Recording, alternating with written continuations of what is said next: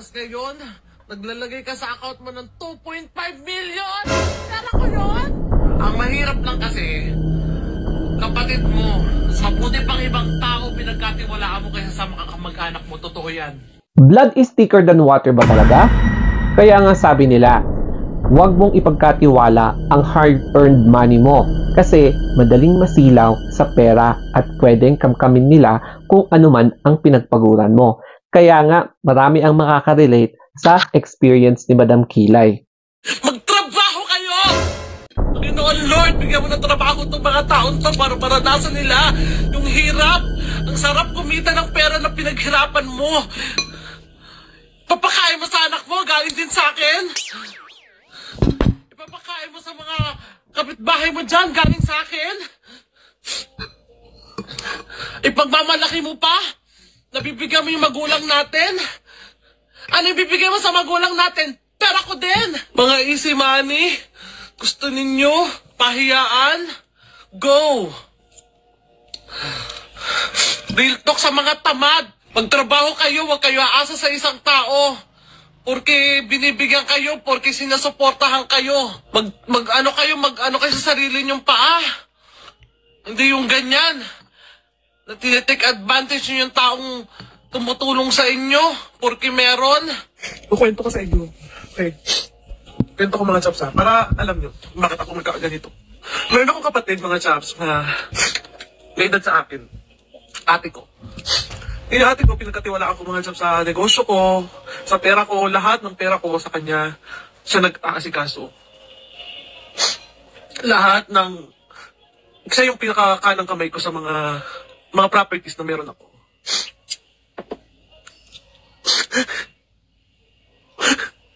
Ang sama ng loob ko kasi gusto niya kunin lahat ng akin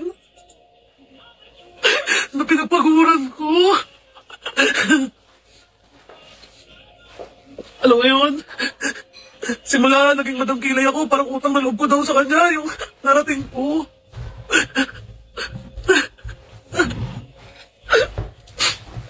Tapos yung i-chismis ka pa sa ibang tao na maldita daw ako. Yung ate ko mga chaps, yung kanang kamay ko ha, Joy Cobillian yung pangalan niya. Siya yung kanang kamay ko na siya, yung binigyan ko ng posisyon na mag-behalf on me dyan sa Pilipinas kasi wala ako dyan. So pinagkatiwalaan ko yung ate ko sa mga pera ko, bangko, sa kanya ko pinangalan lahat ng pagkakamali ko talaga. Bakit? Bakit ko pinagkatiwala? Kasi nga kapatid mo eh.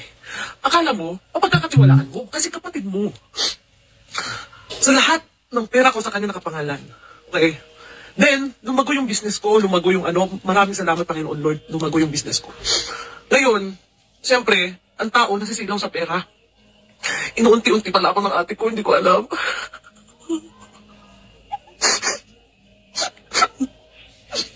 Tapos, ngayon, gusto ko nang kunin yung akin. Ako pa yung luluhod. Ako pa yung magmamakaawa na ibigay niyo yung akin. Milyon yung pera ko na gusto siya maging kanya. Hindi lang yun eh. Mga chaps, ang sa akin lang naman. Bakit kailangan ko pang lumuhod? Diba? Simulat sa pulang ate ko, sinasahuran ko mga chaps. Every month. Monthly. May sahod yan siya. Monthly. Ang trabaho lang ng kapatid ko is pumunta ng bangko, mag-withdraw, magpasahod sa mga empleyado ko. Pero may sahod din siya. Bukod pa yung pamasahin niya, ay bukod pa yung panggas na nilang mag-asawa, bukod pa yung pagkain nila, iba pa yun. Bukod pa yung hindi ko alam ng miscellaneous pag nagpapawithdraw ko ng cash. Wala may papabili ko, pag ganyan-ganyan. Hindi ko alam kung may kinukupit pa doon. Wala na, hindi ko nabilang yun eh. Siyempre, malay ko ba doon? Diba? Wala na akong ano doon. Saka hindi ko naman na binibilang kahit pa isa-isang libo eh. Kasi kapatid ko nga, dahil pinagkakatiwalaan ko nga. Diba? And then, nung eto na, mga chaps, nalaman ko, nagsimulat sa pool, pati stocks din na nakawan ako sa mga product ko. Hindi naman ako ganun eh. Kasi, sa totoo lang, lahat simulat sa pool. Pasan ko ang pamilya ko, mga chaps. Pero hindi ako nagreklamo. Breadwinner ako ng pamilya ko, never ako nagreklamo. Sa mga nakaka-relate dito na OFW, alam nila yan. Siguro, yung nararamdaman ko, marami nakaka-relate sa akin. Never tayong sumuko, never tayong nagreklamo. Lahat binigay ko. Pero hindi ko sinusumbat yun eh. Ang gusto ko lang makita ng ate ko, ma-realize niya yung mga ginagawa ko mabuti. Bakit niya ako pinapahirapan ng ganito? Hindi ko naman yun pinanalo sa loto. Lahat yun pinaghirapan ko. Ang dahilan niya sa akin, kikitain ko pa din naman daw yung kinuha niya. Yung kukunin niya pa. Na milyon. Oo, kikitain ko pero pagpapaguran ko pa. Ulit. Kikitain ko pero pagpapaguran ko pa ulit. Hindi nila iniisip yun. Hindi naman ako habang buhay vlogger. Hindi naman ako habang buhay kumikita ng ganito. Napapagod din ako. Diba? Napapagod din ako. Sinasabi ko to sa social media kasi mga chat, napapagod ako, hindi ko siya makontak. Kaya gusto, ito lang yung way na maparating ko sa kanya, yung sama ng loob ko kasi hindi niya ako kinakausap. Wala akong magawa kasi kakabalik ko lang galing Pinas eh. Kauwi ko lang dito, sinamantala mo pa. Napagbalik ko rito, kukunin mo sa akin. Tapos ngayon, naglalagay ka sa account mo ng 2.5 million! 2.5 million, pera ko yon. Bakit kinukuha mo yon? Pera ko yon. 2.5 million, pera ko. So, withdraw ka pa ng 500,000 galing din sa pera ko. Kapal na mukha mo talaga.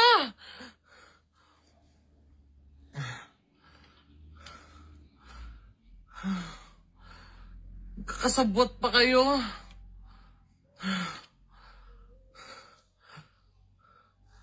Marunong ako magpatawad. Kung kakausapin mo lang ako, patatawarin naman kita eh. Kasi kapatid kita eh.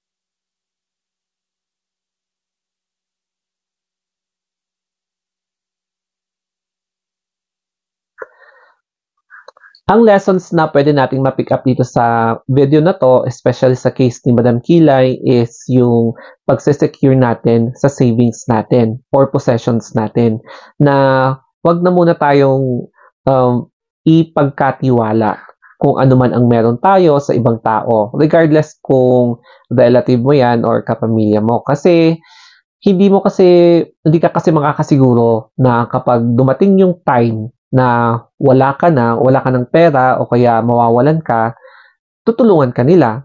So, swerte mo kung tutulungan ka nila. Pero, huwag ka nang umasa kasi may pamilya din sila.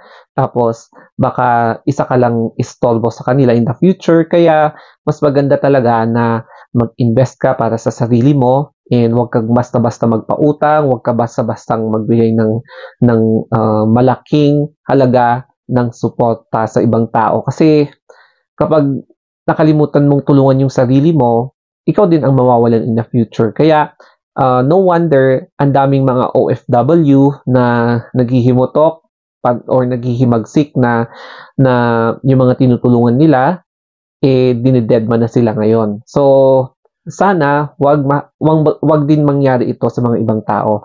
So, I'm very sure, marami kayong matututunan dito and marami ang makaka-relate, especially sa nangyari kay Madam Kilay. Okay, so that's it guys. Thank you and have a wonderful day.